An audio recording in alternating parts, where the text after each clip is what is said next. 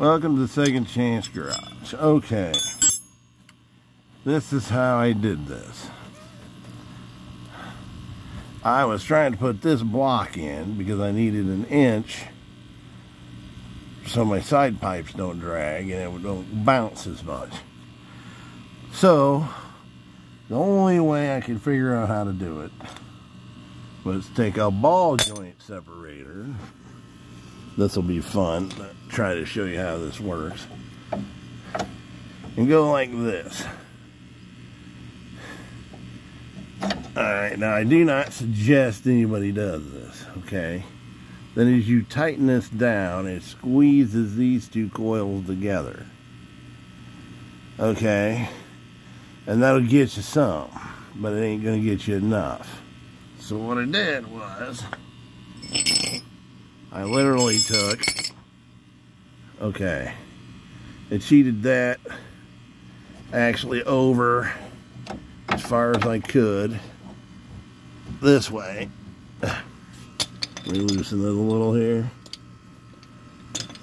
Okay. Cheated it. Okay. Trying to do this one-handed is great while filming. Anyway, it went on like this. Back it off a little more. Ouch. Oh, that's what I needed. Okay. So then as you put it at an angle, like yo, you tighten this down, it pushes down on this, squeezes these two together. Okay, it still ain't gonna get you what you need. So I literally took a steel wedge, splitting maul wedge. This is what I had to do.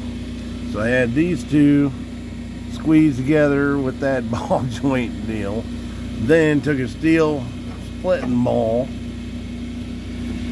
wedge and drove it in there to separate it enough and have these squeezed enough to just barely be able to put this in there. And then it's facing the wrong direction. You're supposed to have it up and down. You know, these notches right here, I don't know if you can see them, but I'll show you on one that's not in there, are actually supposed to be. But so anyway, yeah, that's how I had to do it. How everybody else does it, I don't know. And then I got some of them steel ones that you're supposed to be able to pop in there and turn. Well, them things don't work worth a dang. And you can see the whole spring got spring compressors, but the whole spring is crooked. So the only way to do it is by taking off a bunch of suspension and letting it down, and I didn't want to do all that. So this is a ball joint separator I bought from Harbor Freight. Like I said, I do not suggest anybody else do it. But I think if you wanted to, you could probably take a bigger bite and get 3 of these, because that looks long enough. But then you're still gonna have to come up with like I just had lucky and got had a steel wedge splitting wall, or splitting steel splitting, log splitting thing. So anyway, I did what I had to do to get it in there, and videos on YouTube are about worthless. There's, you know, oh, I got one in there, you know, well, that's about what I got in, you know. So anyway, I just thought I would take a quick video, and then let me try to get up here. Ouch. Boy, that generator's got good timing. Ouch. Alright. Now this is what I had to use, and it worked okay. You know, forcing it and driving, wedging it. Okay, now this is the way that I put it in there, laying flat, so it's that thick. But how you're supposed to do it is stand it up